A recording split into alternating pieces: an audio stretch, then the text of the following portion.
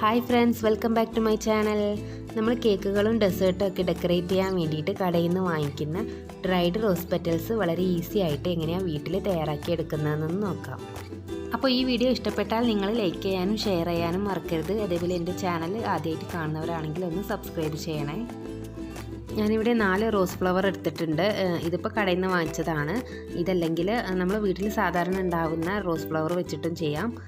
അതുപോലെ തന്നെ ഞാനിപ്പോൾ ഇതേപോലെ ഒന്ന് ഇതളൊക്കെ ഒന്ന് മാറ്റിയെടുത്തിട്ടുണ്ട്. ഇനി നന്നായിട്ടൊന്ന് വാഷ് ചെയ്തെടുക്കാം. കടയിൽ നിന്ന് വാങ്ങിച്ചതായതുകൊണ്ട് നന്നായിട്ട് തന്നെ ഒന്ന് വാഷ് ചെയ്തെടുക്കുന്നുണ്ട്.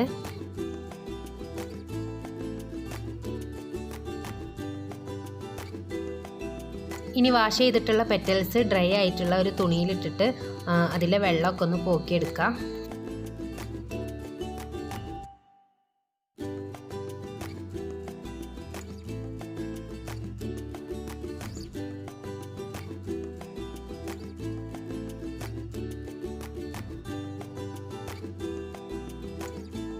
ഇതിലെ വെള്ളമൊക്കെ ഒന്ന് പോയതിന് ശേഷം ഒരു ട്രെയിലിട്ടിട്ട് ഓവനിൽ വെച്ചിട്ടൊന്ന് ഹീറ്റ് ചെയ്തെടുക്കുകയാണ് ചെയ്യണത്.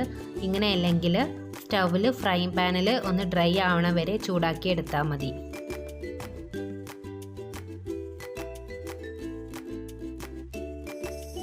ഓവനിൽ 150 ഡിഗ്രിയിൽ 10 മിനിറ്റ് കൊണ്ട് തന്നെ റോസ് പെറ്റൽസ് നല്ല ഡ്രൈ ആയി കിട്ടി.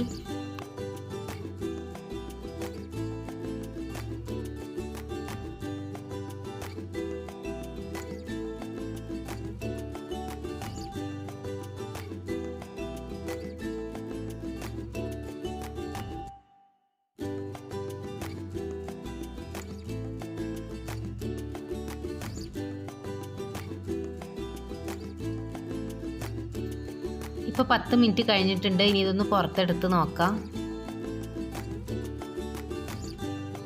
ഇപ്പോൾ പെറ്റൽസൊക്കെ നല്ല ഡ്രൈ ആയിട്ടുണ്ട്. നല്ല ക്രിസ്പി ആയിട്ട് തന്നെ കിട്ടിയിട്ടുണ്ട്.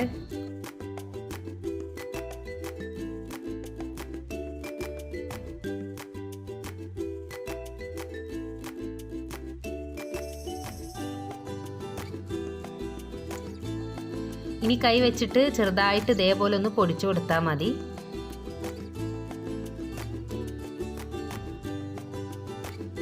അപ്പോൾ നമ്മുടെ ഡ്രൈഡ് റോസ് പെറ്റൽസ് ഇവിടെ റെഡി ആയിട്ടുണ്ട്. ഈ ഒരു വീഡിയോ നിങ്ങൾക്ക് എല്ലാവർക്കും ഉപകാരപ്പെട്ടു എന്ന് വിചാരിക്കുന്നു.